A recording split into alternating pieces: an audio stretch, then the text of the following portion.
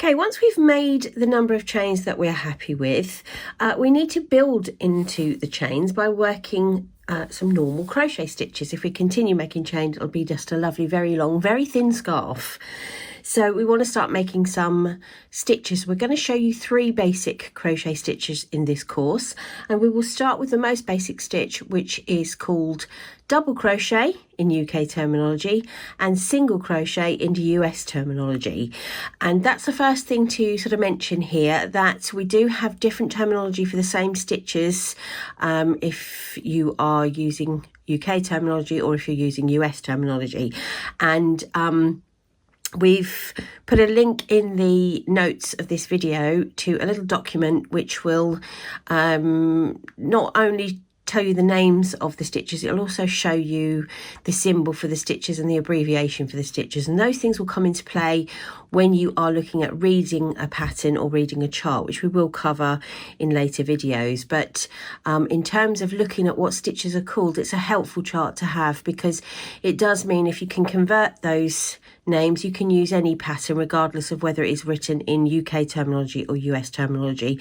Many patterns will have a version of each depending on which you prefer to use, but you will notice through these videos I'm going to give you the US and UK terminology, and as I said, you can download that little sort of cheat sheet to help as well.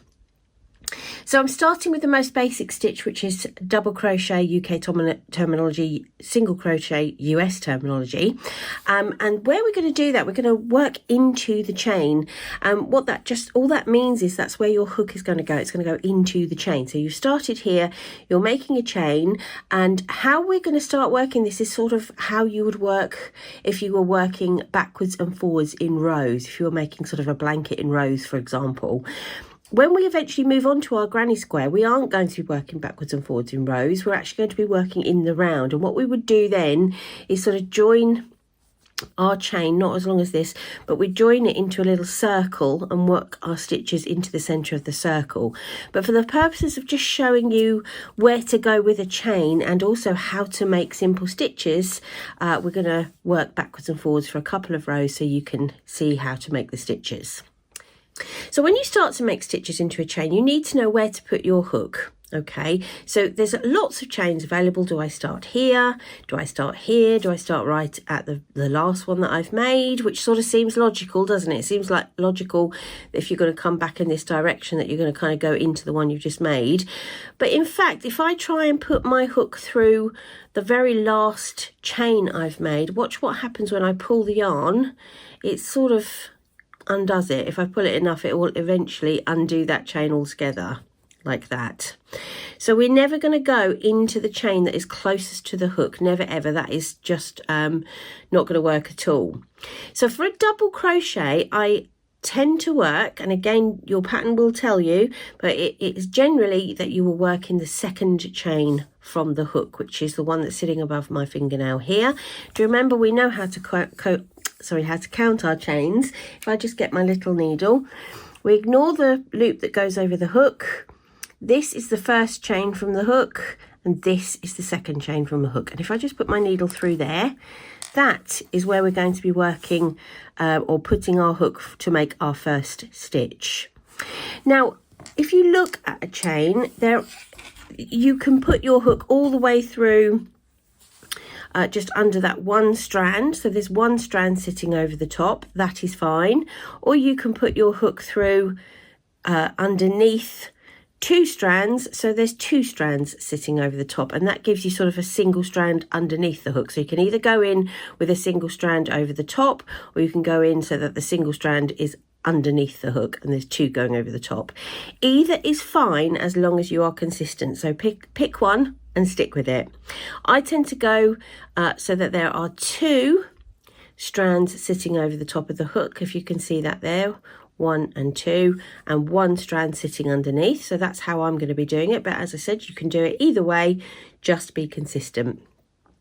So my pattern says to start in the second chain from the hook. We've established which one that is, and I now know that my hook is just going to go straight through the middle of that chain, and I'm going to choose to put it so that there are 2 strands sitting over the top. Okay, so we're in position, we're now going to start making this stitch. Everything else is the same. The way I'm holding my hook is the same. The way I'm holding my yarn is the same. And I'm going to pick up the yarn just as I did when I was making a chain and bring it through just that first part that was on the hook there. So I'm now left with 2 loops on the hook. And I'm going to do that again. I'm going to pick up the yarn again just as I did when I'm making a chain. And this time I'm going to pass that yarn through both loops on the hook, just like so. And that has created our first UK double, US single crochet. All right, that is our very first stitch, our very first non-chain stitch.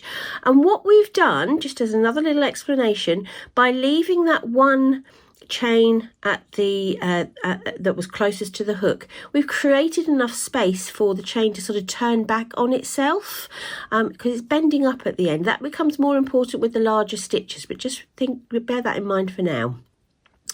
Right, so we've worked a stitch into the first chain, and if you can see that stitch coming out of the chain there, and now you can see we've kind of got we can see where we're leading into this next chain here with nothing doing. So we're going to put another stitch into the next chain along, and our lesson is don't forget to keep it consistent. So when I put my hook through the chain, I put it so that there was 1 strand going over underneath, and 2 going over the top. So you can see there's 2 going over the top there. So my hook is through. I'm going to pick up the yarn in the normal way and just pull through. So there's now 2 loops on the hook. My pinchy fingers are doing their thing, moving up and sort of pinching both of those pieces. And I'm picking up the yarn again and going through both loops on the hook. Okay, and that is my second stitch made. And I'm going to work along my chain doing exactly that. So hook goes through the chain in my chosen way. So for me, it's 2 strands over the top. Can you see? 1 and 2. Pick up the yarn, pull through. So there are now 2 loops on the hook. Pinch your fingers doing their thing. Pick up the yarn and go through both loops on the hook. And that is how you're going to work all the way along the chain. So my advice would be make about a 12 to 15 chain to start with, 12 to 15 chains long, and then just go along and practice these little stitches. And as we've said before, they might not all be terribly even to start with, but eventually they will. Okay, and also we have got, if you look in the notes at the bottom of the video, a download document which you can read all of these instructions with some nice step-by-step photos as well. So if you'd rather sort of take that away and sit and understand what's happening, you can read it, not a problem. So I'm working all the way along the chain, and I'm just making sure that I'm only putting 1 stitch per chain. So if I sort of stop and stretch things out, I can see where there is yarn coming out of a chain, and I know not to put my hook and go back into that chain, and I'm just moving along. Okay, so I'm just moving along, and I'm now at the very last chain, and I know it's the last chain because you can see I've got that little slip knot attached. Can you see? Sometimes you might find, or you probably will find, that this last chain is tighter than all the others, and that is okay. This will be the trickiest stitch that you will place, and all stitches worked into the chain, whatever size they are, that is the trickiest part. Once you've put 1 row of stitches into a chain, it gets a lot easier from here on in because it's a lot easier to place your hook. Okay, so I've now got to the end of my first row of UK double crochet or US single crochet, and I'm going to show you how to turn the work and work a second row. Okay, so I'm literally turning that chain of or that row of stitches over, trying very hard not to twist it. Okay, so to keep things, make sure where the yarn is coming out is at the top of the work. Okay, it's at the very top of the work. It's not down here. I'm not starting with it coming out underneath like so. I want it to be at the top. Now, just as when we started this, we are going to start with leaving a gap. So we left a chain, if you remember, at the very beginning of this, we left a chain. If I put my hook along these stitches, you will see it sits flush to the top of the stitches at the moment. There is no space to put another row, and I want to create space to put another row in there. And the way I'm going to do that is by making, in this case, for this stitch, one chain. And all it does is it moves the hook up such, if you look at it now, there is now space between the hook and the top of the work, and you can see there's space there to put another row of stitches, isn't there? So it just moves things up, makes things neat, and keeps your edges nice and neat and tidy. So we've got a turning, that's called a turning chain, and the amount you do will vary per stitch, but again, please don't worry, because you will be told at the end of each row how many to make, whatever pattern or chart you're following. Okay, so we're now going to start our second row of stitches, and the place that we put our hook to start with is right into the stitch where this chain comes out. Now there's a little bit of anatomy to explain now, so let us have a little look so you know exactly where to put your hook. Okay, here we are. So we're ready to work our next row. We've done our turning chain, which is sitting over our hook here. Okay, and what you will see is underneath is looping out of a chain that's coming out of the stitch. All right, so there's a little upright happening here where let me move that here, can you see? And what I would like to do, I want to take my hook and put it into the place where that is coming out of, and there is a little indent. If I run my needle across, you'll see this indent. It goes down into this indent, and that is where I'm going to be putting my hook. Now if I lift that up and show you across the top of my darning needle there, you can see that is a V. That is the V shape of a chain, and that is where I'm going to put my hook for my first stitch. I'll leave that little darning needle in there just so you can see, and the hook itself is going to go under that V. Let me take that out now. Under that V. Okay, so my hook is now in position to make the first stitch. I know it's extreme close up and you can't see everything going on off camera, but it's just, I want to show you hook placement for now. So pick up the yarn and pull through, 2 loops on the hook, pick up the yarn and pull through, and that's our first stitch made. All right, so our hook is going to move along to our next stitch now, and it is intuitive because again, go down that little dip. Look, there's a little dip. If I turn it upward, you will see that's that V again sitting over the hook, and we make our stitch in the normal way we've been making it. And again, you can see, can't you, if I pull that, you can see daylight through it. So it's sort of a intuitive place to put your hook. Looking from the top, there's the V over it.